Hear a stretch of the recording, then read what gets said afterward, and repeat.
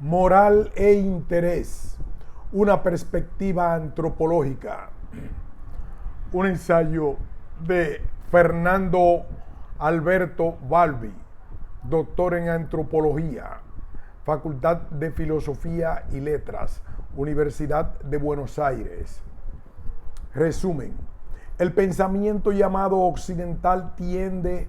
sistemáticamente a trazar una oposición entre moral e interés. En este artículo presento una aproximación teórica al análisis antropológico de las relaciones entre intereses y moral, que asume un punto de partida propiamente etnográfico. Arguiré en favor de la conveniencia de tratar a la moral como un fenómeno del orden de la cognición y como un aspecto de la producción de la vida social por sujetos socialmente situados.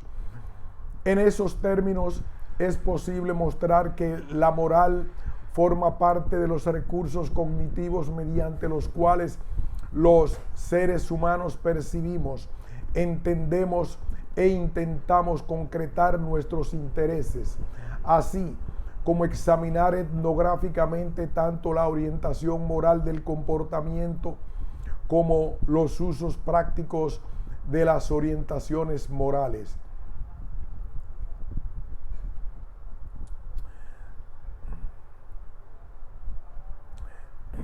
Dos breves textos escritos por Pierre Bourdieu hacia fines de la década del 80 y comienzos del 90 ofrecen una ilustración inmejorable de las enormes dificultades que encuentra el pensamiento llamado occidental, que a este respecto es muy claramente el pensamiento burgués, para evitar trazar una disyunción entre lo que se considera del orden de la moral y lo que se asume como correspondiente al dominio del comportamiento interesado o pragmático. ¿Es posible un acto desinteresado? Bourdieu defiende el uso que hiciera durante mucho tiempo de la noción de interés en función de las necesidades de operar una ruptura con una visión engañosa de los asuntos humanos que los supone susceptibles de basarse en el interés, en el desinterés, y de salvaguardar el postulado sociológico de que todo el comportamiento humano tiene razones de ser y puede ser comprendido como coherente, consciente. Sin embargo, de las dificultades que comportable el uso de esa noción, Bourdieu propone emplazarla por la ilusio, que considera más rigurosa. Así escribe: los juegos sociales son juegos que se hacen olvidar, en tanto que juegos y la ilusio es la relación de fascinación con un juego que es fruto de una relación de complejidad ontológica entre las estructuras mentales y las estructuras objetivas del espacio social. A eso me refería cuando hablaba de interés. Se encuentran importantes, interesantes los juegos que importan porque han sido implantados e importados en la mente bajo la forma de que se llama el sentido del juego. De esta forma, Bourdieu cree estar evitando por completo cualquier reduccionismo utilitarista en su análisis de las prácticas. Pero hay que notar que él no deja de insistir en que la noción de ilusio permite al hecho de que las personas que participan en un juego social se encuentran cogidas por el juego, y que además sostiene que los intereses socialmente constituidos que hacen a un juego social tan solo existen en relación con un espacio social, y suponen diferencias correspondientes a unas diferencias objetivas en ese espacio. Así pues, en su tratamiento de la ilusio, Bourdieu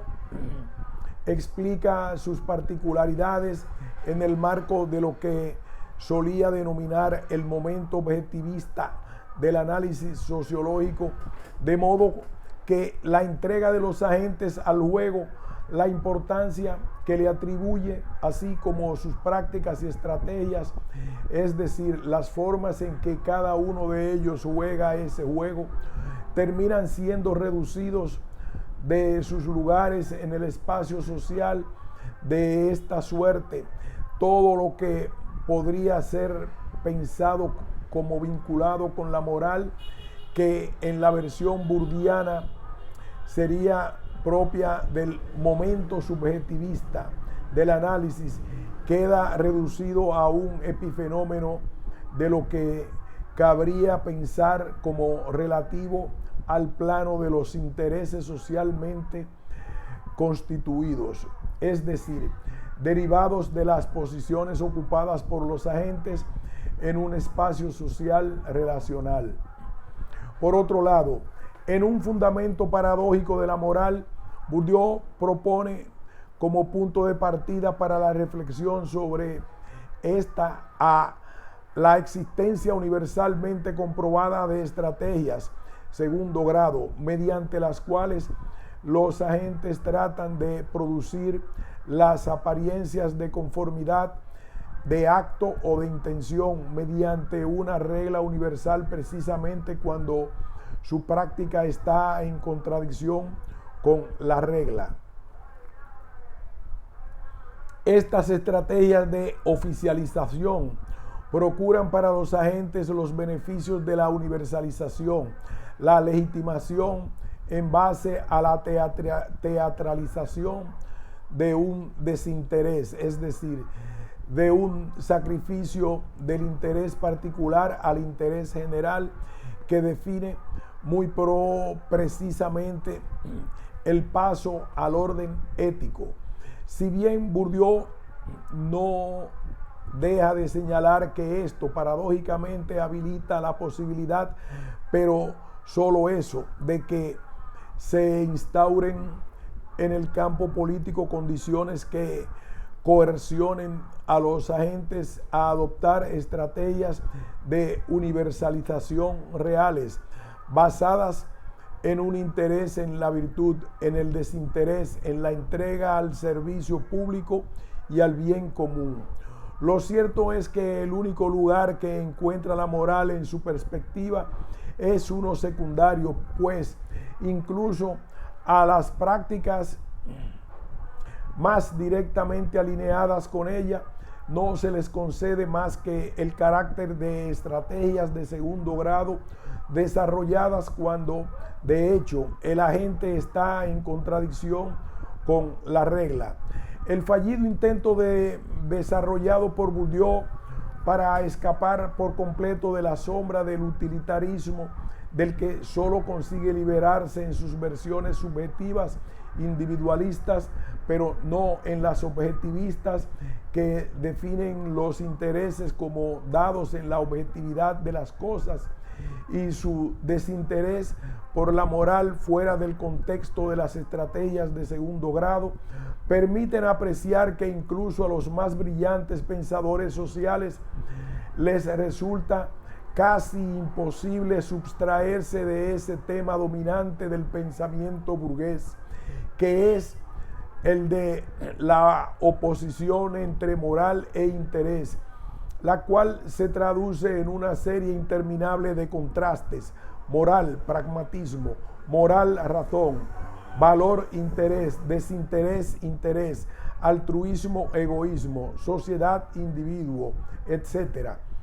Ejemplos anteriores e igualmente ilustres podrían ser, por mencionar solamente dos de muchos posibles, los de A.R. Radcliffe Brown y Max Weber. El primero observa que el interés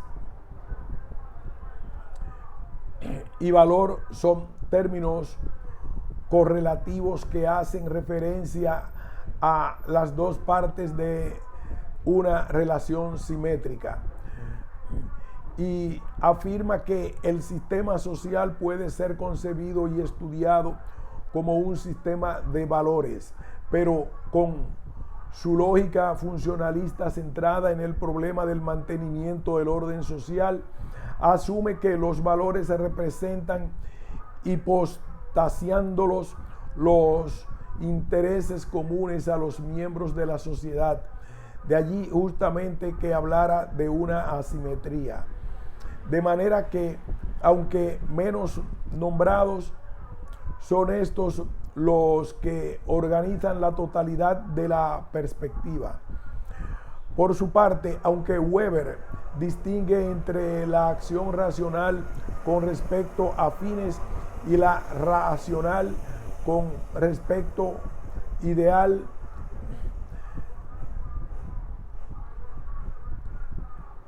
y la racional con respecto a valores solamente en términos analíticos y a título estrictamente típico ideal, estableciendo claramente que solo en casos excepcionales la acción social podría estar orientada exclusivamente de una u otra forma, no lo es menos que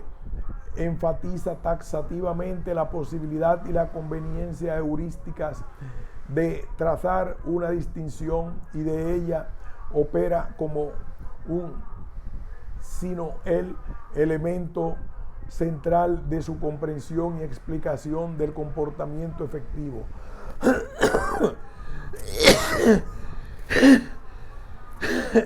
En efecto, aunque raramente se separan en las acciones concretas, ambas orientaciones tienen para Weber una existencia fenoménica diferenciable en el plano del sentido subjetivo o mentado de la acción social, tal como se refleja en su idea de que la orientación racional con respecto a fines tiende a hacerse más y más importante a lo largo de la historia occidental, guiando crecientemente la acción social. Desde el punto de vista de la antropología social, esta tendencia a oponer moral e interés que atraviesa nuestro sentido común académico y no académico resulta sumamente problemática, porque supone establecer un juicio a priori sobre el comportamiento de los sujetos y así oblitera la posibilidad de atender seriamente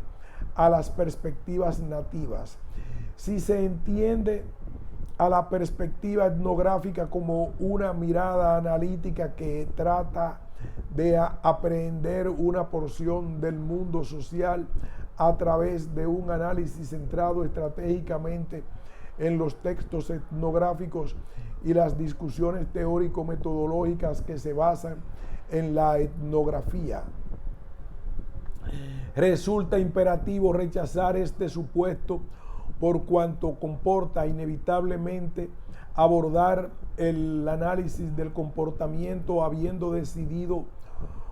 de antemano una parte central de su sentido. En este artículo me propongo presentar las líneas generales de una aproximación teórica al análisis de las relaciones entre moral e interés, en lugar de postular su oposición como un a priori conceptual. Asume un punto de partida propiamente etnográfico, comenzando por atender al comportamiento donde la distinción entre intereses y moral no es evidente ni siquiera para los propios actores. En efecto, en el plano de la forma en que el comportamiento es producido subjetivamente, importa aquí no confundir la producción del comportamiento con su posterior evaluación pública. La identificación entre valores morales e intereses es posible y que, de hecho, se da en gran parte del comportamiento humano a través de las innumerables formas en que una y otra vez confundimos sutilmente lo que nos conviene hacer con lo que nos parece correcto hacer.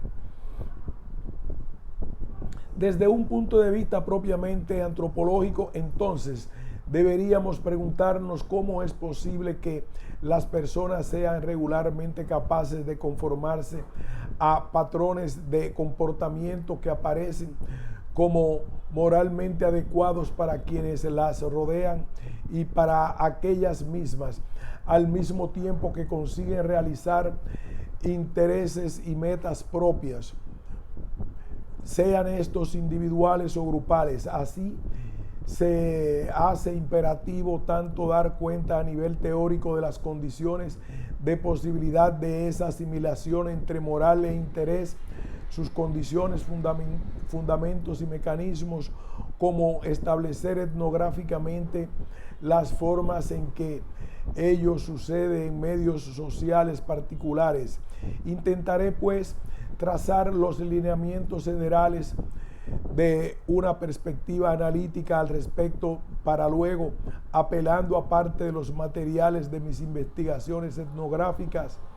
y comparativas, establecer algunos de los factores que pueden dar lugar a variaciones en las formas en la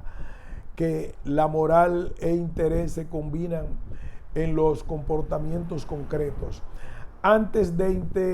internarme en el tema, sin embargo, debo ofrecer algunas indicaciones respecto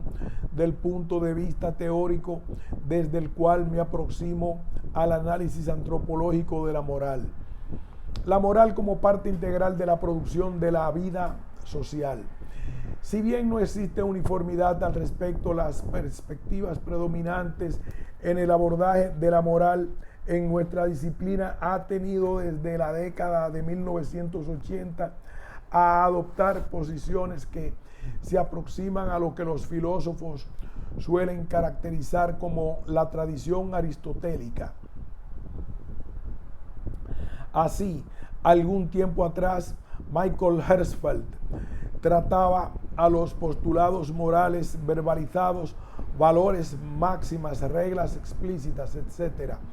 como meros recursos retóricos con cuyos sentidos los actores jugaban estratégicamente, y reducía la moralidad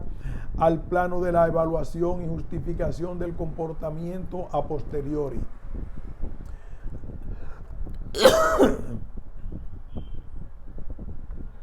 Más recientemente, antropólogos inspirados por la lectura de Michael Foucault,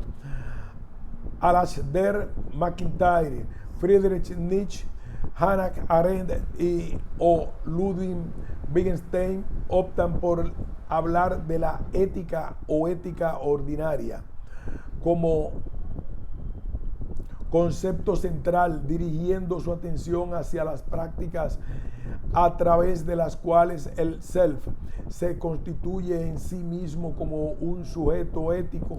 sus proyectos de vida y las variadas formas en las que los seres humanos responden a la pregunta sobre cómo debería uno vivir, etc.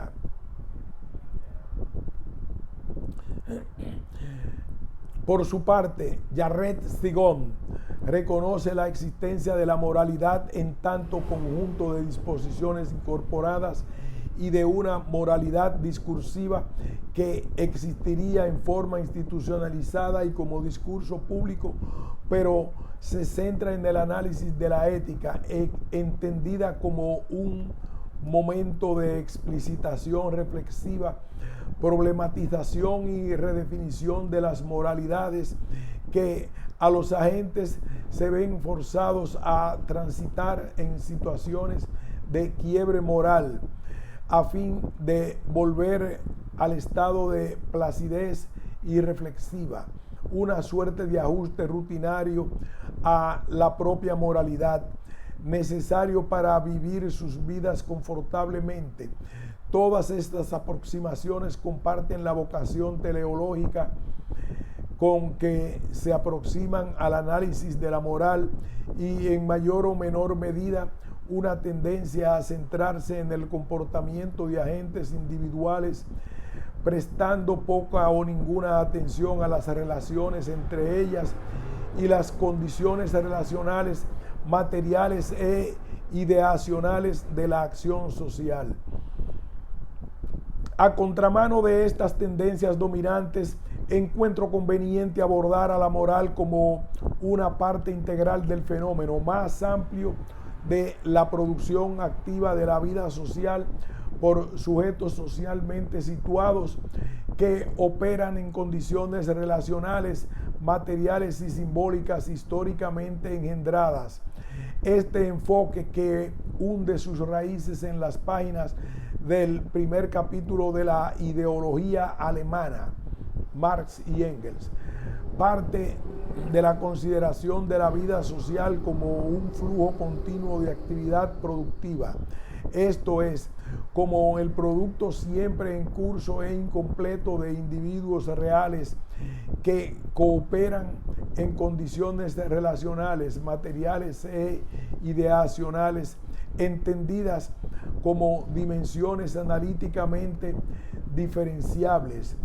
socialmente situadas, que no dependen de la voluntad,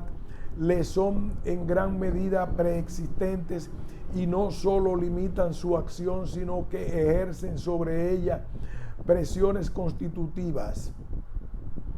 En este contexto, la moral puede ser entendida como un aspecto analíticamente diferenciable de la producción social, de las condiciones de cooperación entre sujetos socialmente situados, esto es, como un elemento clave del continuo trabajo que suponen tanto la construcción y el mantenimiento de las relaciones sociales que entablan entre sí y con terceros actores,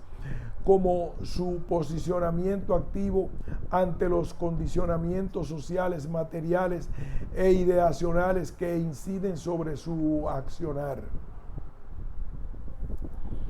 Recuperando críticamente algunas ideas de los trabajos tardíos de Émile Durkheim sobre el tema, que tienen la particularidad de combinar los elementos centrales de las tradiciones aristotélicas y kantiana, he sostenido anteriormente que lo distintivo de la moral es la postulación eficaz en determinado medio social que de ciertos cursos de acción, forma de relación social, arreglos institucionales, etcétera, como simultánea e indisociablemente deseables, es decir, buenos en sí mismos y obligatorios. Ahora bien, si se piensa en la vida social como un flujo continuo, de modo que puede entenderse a la moral como un producto de la acción humana que es socialmente situado y provisional por definición. También he sugerido que la moral puede ser considerada como un fenómeno correspondiente en lo fundamental al orden de la cognición, es decir, como parte de los recursos conceptuales de las prácticas mediante los cuales los seres humanos perciben y comprenden el mundo social y consecuentemente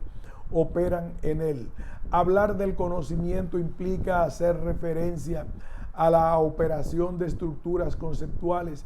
y de percepción socialmente informadas que se encuentran en la base de la acción humana y operan más o menos directamente como principios de su producción. Ahora bien, entre los conocimientos en que se basa la acción humana se encuentran aquellos referidos al estatuto moral relativo de las acciones y relaciones propias y ajenas. La moral es entonces un acto de... La moral es entonces un aspecto de las formas de conocimiento que sujetos socialmente situados producen, despliegan y se imponen unos a otros en el curso de la construcción cooperativa del mundo social. El que refiere a la formulación y al despliegue de representaciones socialmente eficaces sobre la naturaleza simultáneamente deseable y obligatoria de ciertos cursos de acción, relaciones sociales, arreglos institucionales, etc. Entendida en estos términos, la moral es una parte constitutiva de la producción de la vida social, puesto que todo conocimiento sobre los asuntos humanos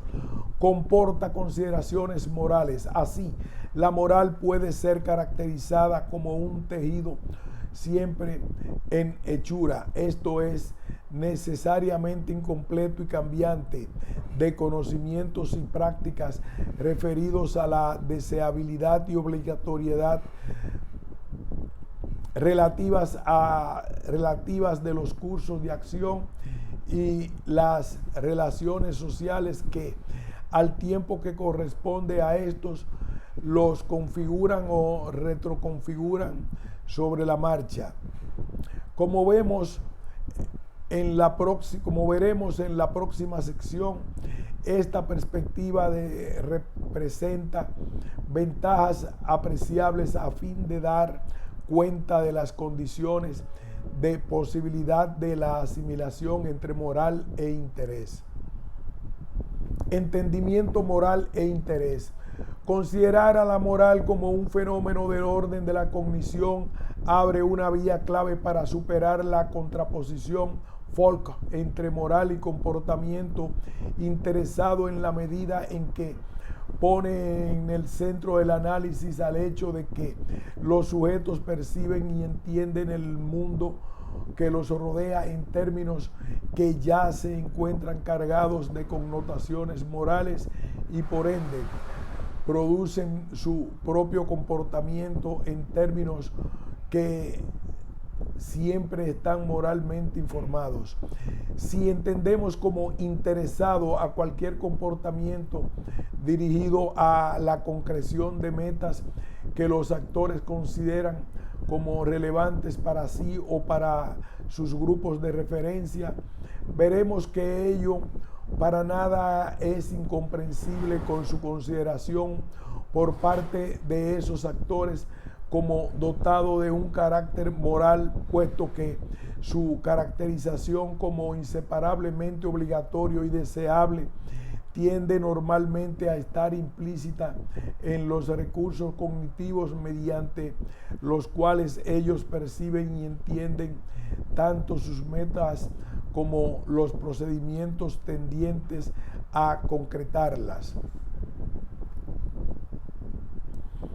Esto es así porque, como señala Mark Johnson, nuestra experiencia está saturada moralmente en el sentido de que se sitúa contra un contexto de fondo en que se encuentra impregnado de significado moral. Ello ocurre ante todo porque, tal como lo sugieren los aportes teóricos de Durkheim y de Weber, todo comportamiento relacional, social y estructura institucional comportan y o suscitan evaluaciones morales, y es en este clima que todos los seres humanos habitamos y nos socializamos. En este sentido, John Dewey señala la omnipresencia de la moral en la vida humana y la caracterizaba como un proceso continuo vinculado con el aprendizaje del significado de la conducta y su orientación. Cuando observamos que la moral está en casa, allí donde están involucradas consideraciones acerca de lo mejor y lo peor, nos encontramos en el compromiso de advertir que la moralidad es un proceso continuo y no un logro fijo. La moral implica crecimiento de la conducta en términos de su significado, cuanto menos supone esa clase de expansión del significado que surge como consecuencia de las observaciones respecto de las condiciones y el resultado de la conducta. En el más amplio sentido de la palabra, la moral es educación. es aprender el significado de lo que somos y emplear ese significado en la acción. Dewey, 1922. Por su parte, Raymond Firth entendía que a nivel conceptual las opciones que hacen los seres humanos en su comportamiento se elaboran en función de los valores, en función de una serie de cualidades asignadas a las relaciones involucradas en la acción. Lejos de depender del árbitro individual, el establecimiento de tales valores era para Firth un fenómeno social. La opción, conducta y valores de cualquier individuo están condicionados por otras personas, por su existencia misma. Esas personas constituyen elementos importantes en la apreciación global que hace un individuo de su propia posición individual. Luego, a las relaciones mantenidas con ellas se les atribuye cualidades específicas, valores. Esto se debe en parte a que las acciones de los demás dan sentido al sistema conceptual y simbólico del individuo. De manera semejante, Dewey sugería que la moral supone un condicionamiento social de la conducta, una saturación social de la vida. Nuestros pensamientos y nuestras acciones están saturados con las ideas que otros abrigan acerca de ellos, ideas que han sido expresadas no solo en la instrucción explícita, sino aún más efectivamente en reacción a nuestras acciones. La atribución de responsabilidades es el comienzo de la asunción de responsabilidades. Somos hechos responsables por los otros respecto de las consecuencias de nuestros actos. Dewey, 1922. Gradualmente las personas aprenden a través de la imitación dramática a hacerse responsables, y la responsabilidad deviene un comportamiento voluntario y deliberado de que las acciones son nuestras, de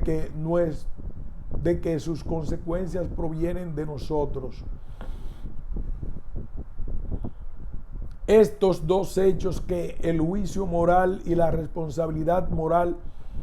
son la obra forjada en nosotros por el medio social, significa que toda moralidad es social, no porque debiéramos tener en cuenta el efecto de nuestros actos sobre el bienestar de otros, sino por una cuestión de hecho. Los otros toman nota de lo que hacemos y responden de manera acorde a nuestros actos. Sus respuestas realmente afectan al significado de lo que hacemos. El significado así aportado es nuestra inevitable, como lo es el efecto de la interacción con el medio físico. Dewey. Todo ello es constitutivo de las capas más básicas del conocimiento humano. Según Johnson, este siempre está mediado por el entendimiento, el cual no consiste meramente en reflexiones desarrolladas después de los hechos sobre la experiencia previa, aunque sin duda estas contribuyen a su reproducción, sino que en lo fundamental es la manera en que, o los medios a través de los cuales tenemos esa experiencia. Esto es el modo en que el mundo se nos presenta, conformado por formas de conocimiento tácitas e incorporadas. El entendimiento es el modo en que estamos situados significativamente en nuestro mundo, y las formas del conocimiento más abstractas y reflexivas, que se basan en la verbalización y comportan nuestra mayor o menor elaboración discursiva, son simplemente extensiones del mismo. Así, la saturación social de la vida comporta una situación moral de la experiencia que es constitutiva del entendimiento en el cual se basan nuestras formas de conocimiento más reflexivas e inversamente el entendimiento moralmente impregnado desde los inicios de su formación estructura nuestras sucesivas experiencias.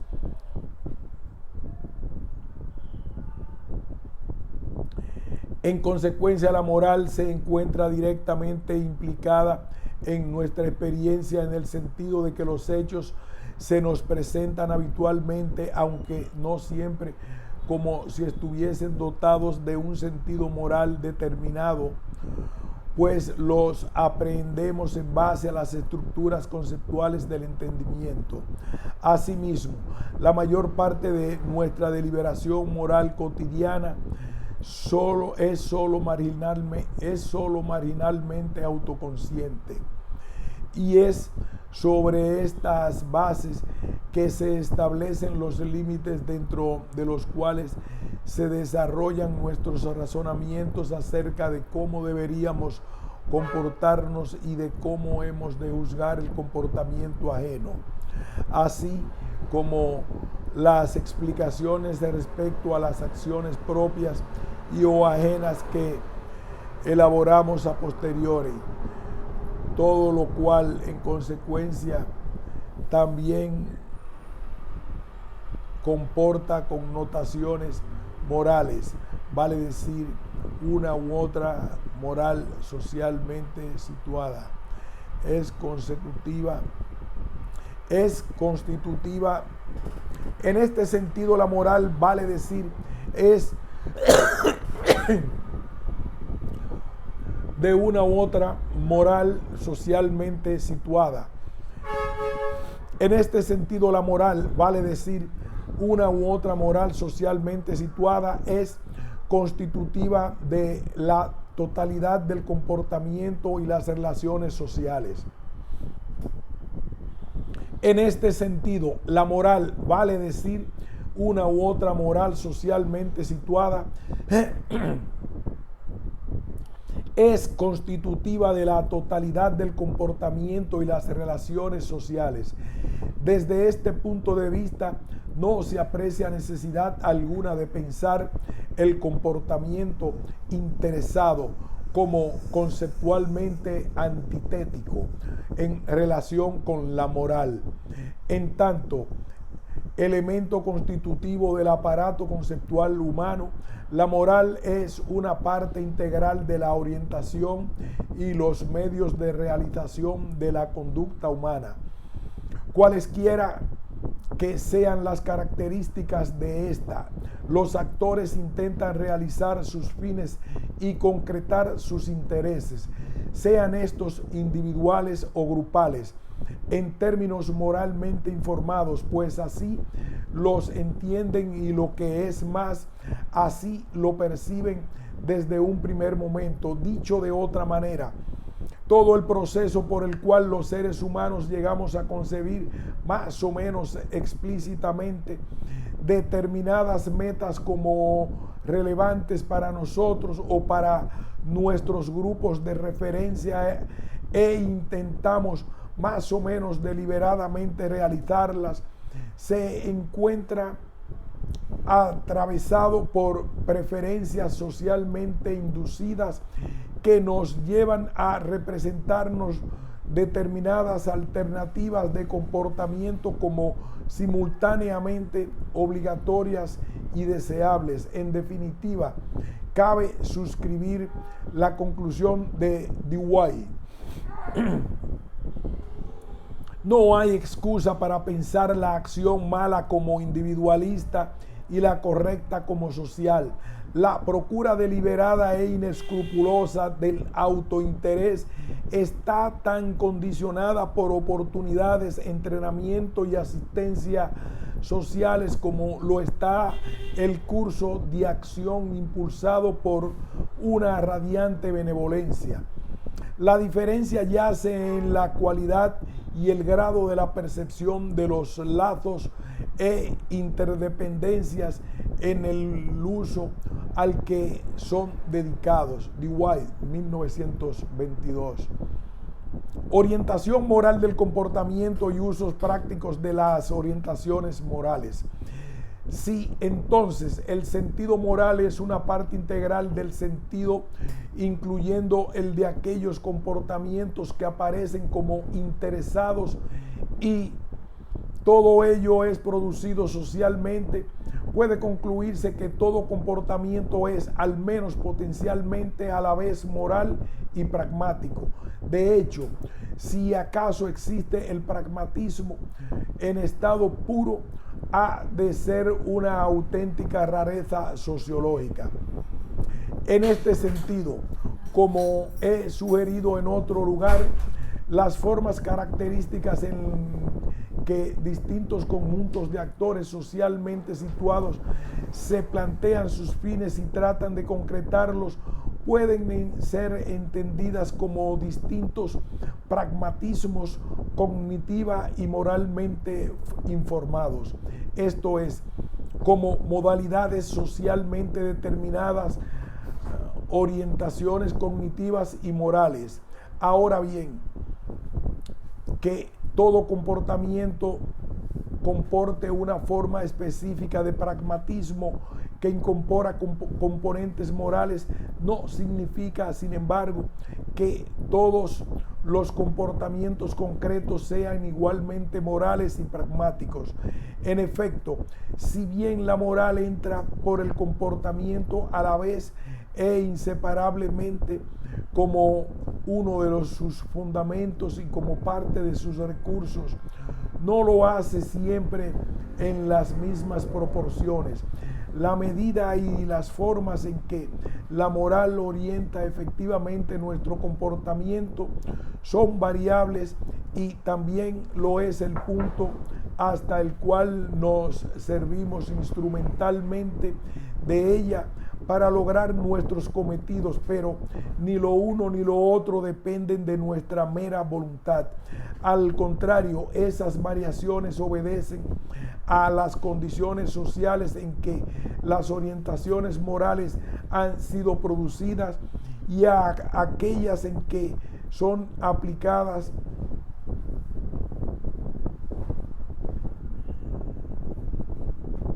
o lo que es solo otra manera de decir lo mismo, a las condiciones sociales que han llevado a los actores a concebir ciertos intereses y a aquellas en que tratan de concretarlos. Un breve recorrido por algunos aspectos de los trabajos etnográficos que han servido como base para la elaboración de mi perspectiva sobre este particular me permitirá establecer algunos de los factores que pueden incidir sobre esas variaciones. Años atrás desarrollé una investigación sobre el lugar ocupado por el concepto lealtad en las prácticas políticas de los peronistas, abordándolo como un valor moral específicamente peronista y examinando sus orígenes, los procesos sociales que lo impusieron como tal y los que producían esa condición, las formas en que orientaba y condicionaba el hacer política de los actores y finalmente los usos prácticos a que eran sometidos. En el curso de mi investigación pude comprobar que, debido precisamente a sus fuertes asociaciones morales, el concepto de lealtad, sus opuestos, los de traición y deslealtad y sus derivados, leal, traidor, etc., eran recursos claves desplegados por los actores para posicionarse en términos moral y por ende políticamente positivos, así como para colocar a sus rivales en posiciones moral y políticamente negativas. Durante los años que duró mi trabajo entre fines de la década de 1990 y mediados de la siguiente, me encontré crecientemente sorprendido por la eficacia de esos usos del universo conceptual de la lealtad, denotada ante todo por el hecho de que una vez introducidas en la interacción, las apelaciones al mismo se tornaban sistemáticamente elementos centrales de esta, así como por su muy escasa variedad, que a su vez revelaba que los sentidos asociados al concepto de lealtad eran sistemáticamente los mismos, como si no hubieran disputas al respecto. En efecto, la lealtad aparecía con casi total regularidad en las palabras y las acciones de los actores, siendo considerada como una virtud de carácter moral propia de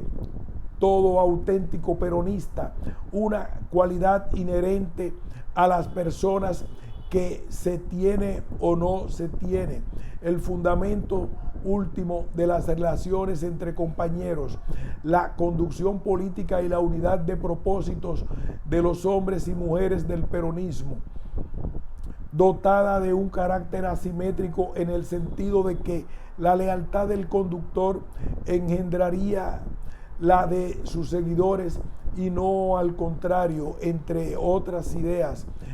En todos los casos que mis fuentes exhibían, los usos pragmáticos de la lealtad se ajustaban estrechamente a estos sentidos canónicos. Los actores denotaban su lealtad para con sus jefes políticos, agrupaciones, compañeros, el partido, etc., mediante una paleta limitada de declaraciones verbales y recursos no verbales, incluyendo complejas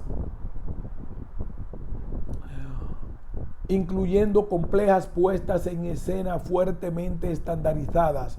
tanto aparentemente descontextualizadas como sujetas a un calendario de conmemoraciones ritualizadas que históricamente los rivales políticos del peronismo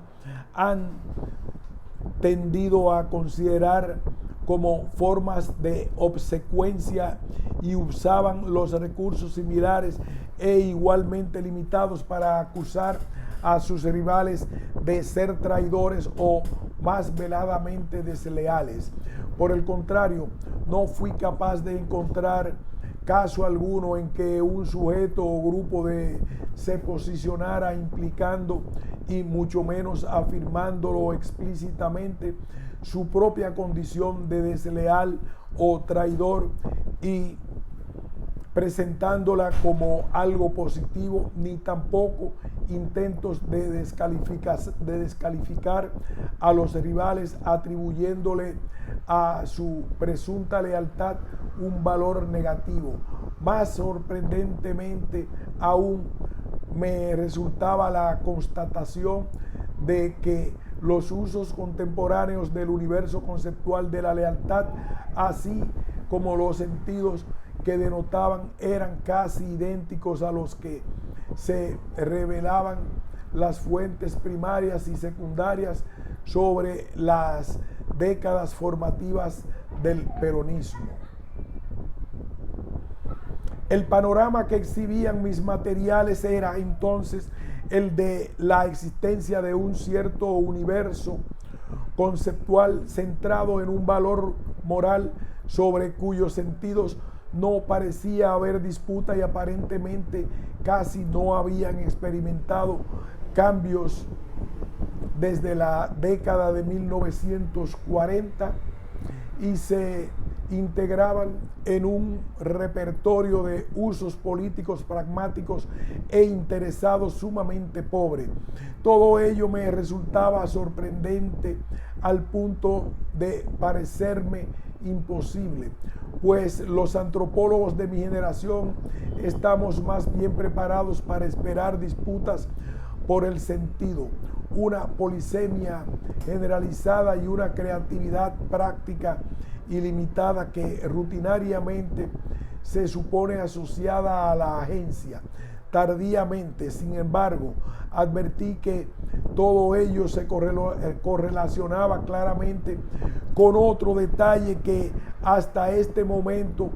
me parecía extraño. Durante años, siguiendo otro procedimiento establecido en nuestra disciplina, había procurado exégesis nativas del concepto de lealtad y los otros que se la asocian, transitando en vano fuentes documentales y estudios publicados que abarcaban toda la historia del peronismo hasta el momento mismo de mi trabajo, esperando sin suerte que los actores con que contaba la desarrollaran por su cuenta e incluso fracasando reiteradamente en mis intentos de inducirlos a que lo hicieran.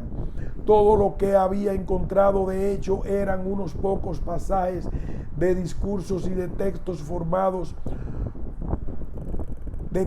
firmados por Perón que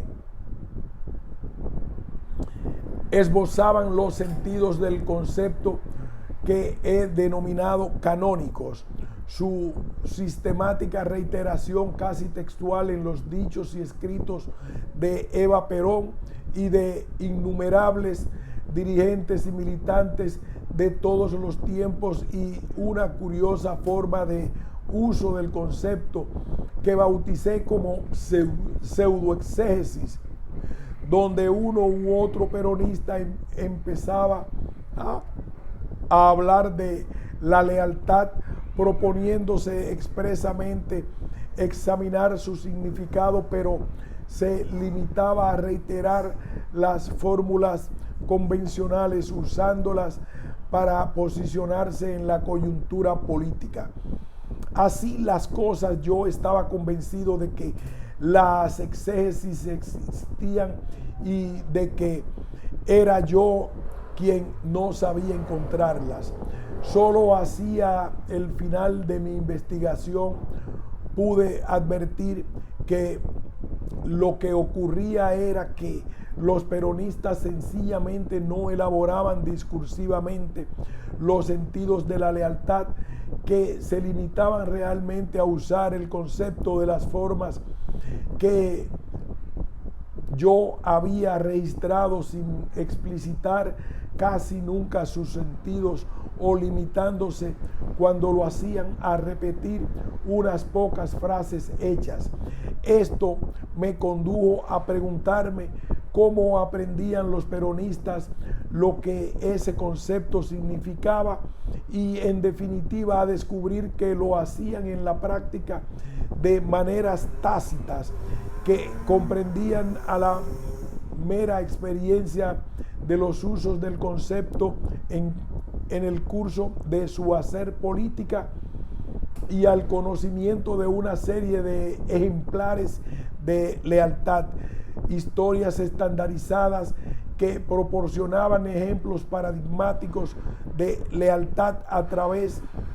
de narrativas estereotipadas que se centraban en la relación entre Perón y el pueblo, las relaciones de Evita con Perón y con el pueblo, y las valerosas acciones de los militantes de la resistencia. Advertí asimismo que este aprendizaje se desarrollaba en el largo plazo, comenzando a veces con los primeros pasos de los actores en la militancia política, y en muchos casos aún antes en el seno de familias peronistas. Los peronistas, en suma, sabían que era la lealtad que implicaba el concepto, y también cómo usarlo sin necesidad de contar más que con algunas fórmulas estereotipadas para hablar al respecto. Este estado de cosas hacía que carecieran de estímulos para desarrollar exégesis del concepto y aún de los medios necesarios para hacerlo, que los sentidos del mismo variaran escasamente y que sus usos prácticos interesados se ajustaran a unos pocos procedimientos que, al ser sumamente eficaces, desalentaban ulteriores resignificaciones, consideraciones que cabe extender a los demás términos mencionados: traición, deslealtad, etc. Finalmente, todo ese cuadro era coherente con otro rasgo saliente revelado por mis materiales: el hecho de que los sentidos canónicos de la lealtad condicionaban fuertemente las prácticas políticas de los peronistas, especialmente en la medida en que aparecían como fundamentos de ciertas formas de confianza que estructuraban sus formas de cooperación y consecuentemente sus relaciones sociales. Esto reflejaba, por ejemplo, en las exigencias de alineamiento estricto en que los dirigentes pretendían basar sus liderazgos, congruentes con la asimetría atribuida a la lealtad entre el conductor y sus seguidores, en su preferencia por la fuerte personalización de las relaciones verticales, asociada a la concepción de la lealtad personal como fundamento último de las relaciones entre peronistas, y en las dificultades que los dirigentes encontraban para recomponer lazos entre sectores internos después de presuntos hechos de traición que daban lugar a su militancia, que su militancia se resistiera a cooperar con quienes desde su punto de vista jamás merecerían gozar de su confianza, pues, como ya se ha señalado, la lealtad es concebida como una cualidad personal que no todos tienen. Mi trabajo sobre los correlatos morales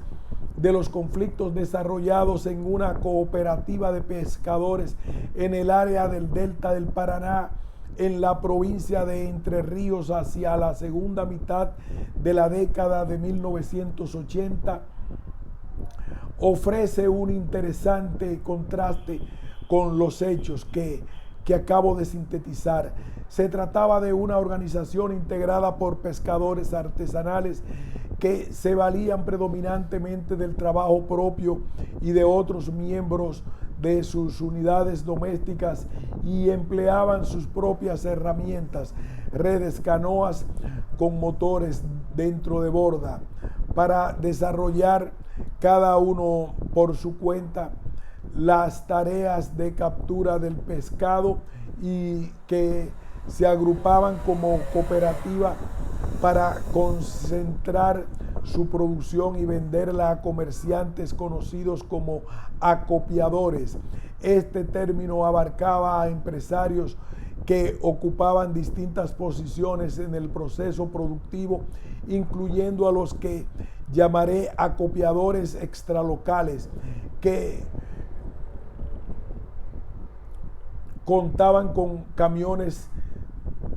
térmicos y otros insumos necesarios para colocar los productos en comercios minoristas de NOA y el NEA, los que denominaré acopiadores locales, quienes se limitaban a concentrar la producción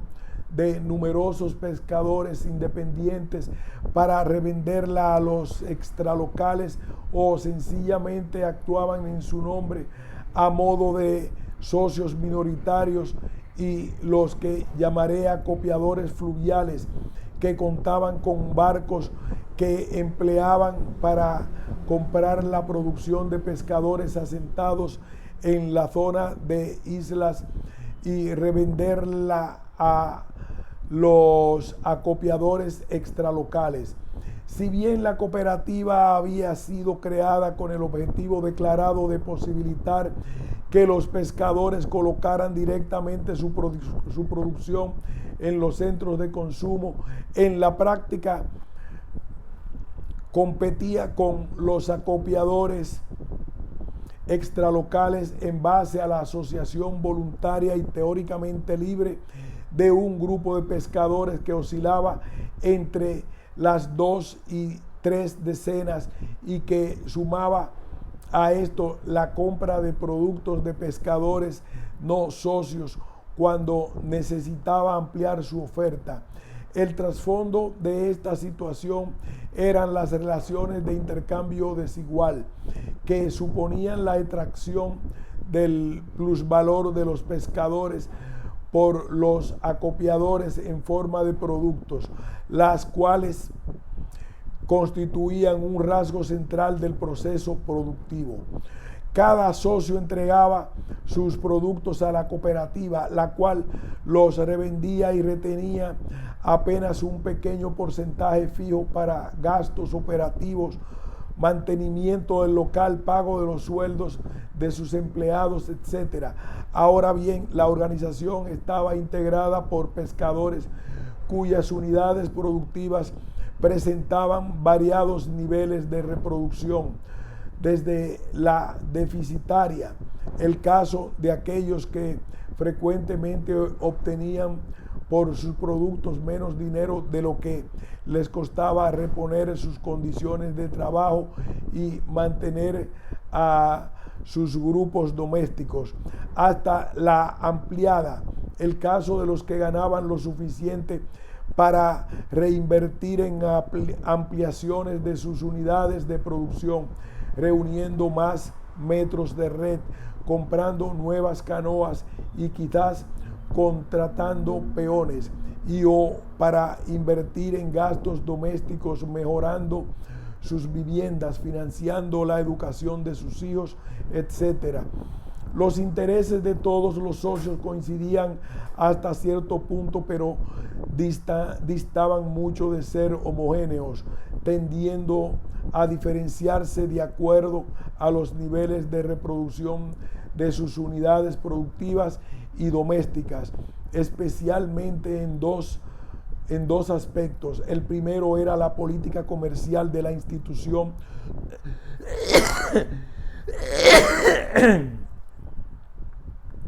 donde existían las posibilidades alternativas de restringir la venta al comprador o los compradores que pagaban los mejores precios y de priorizar dependiendo de los precios del pescado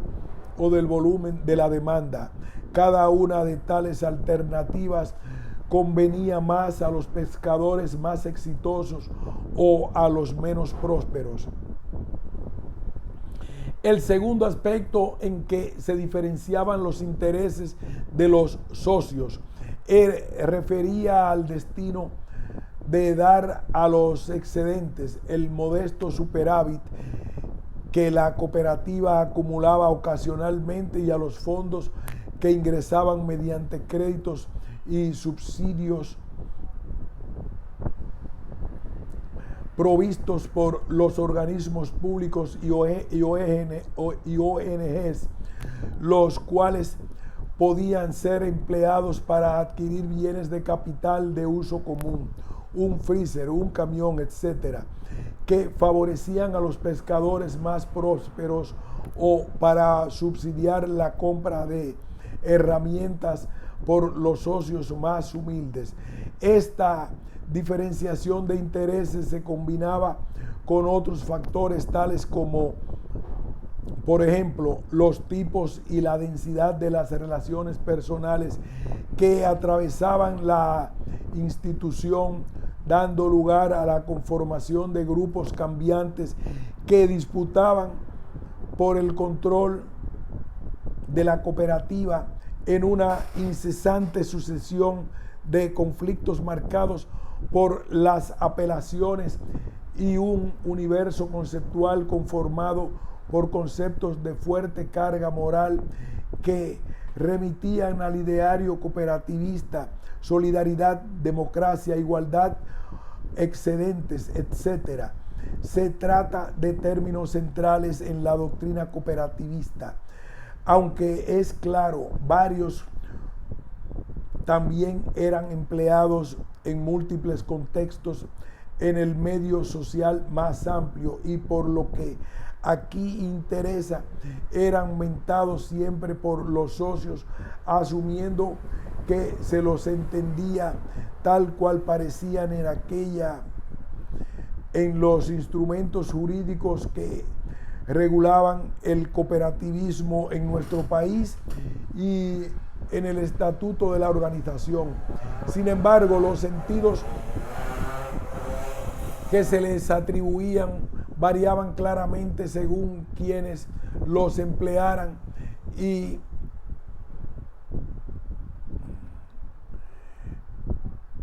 en qué contexto lo hicieran, y de hecho sus verdaderos significados eran objeto de reiteradas disputas. Para dar un solo ejemplo, la igualdad que la cooperativa debía impulsar podía ser entendida como la igualdad de todos los pescadores, en la versión de quienes en cierto momento promovían que la organización se asociara con las autoridades locales para modificar la modalidad del control estatal de la pesca y controlar a los copiadores. La igualdad, los recursos de la entidad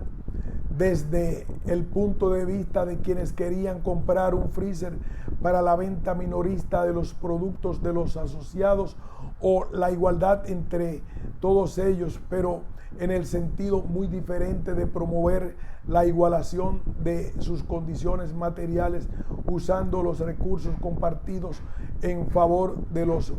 más pobres, opción sostenida por quienes impulsaban la entrega de subsidios a los pescadores que tenían pocos metros de red, botes en mal estado, etc. Las diferentes versiones de este y otros conceptos se imponían alternadamente según el poder relativo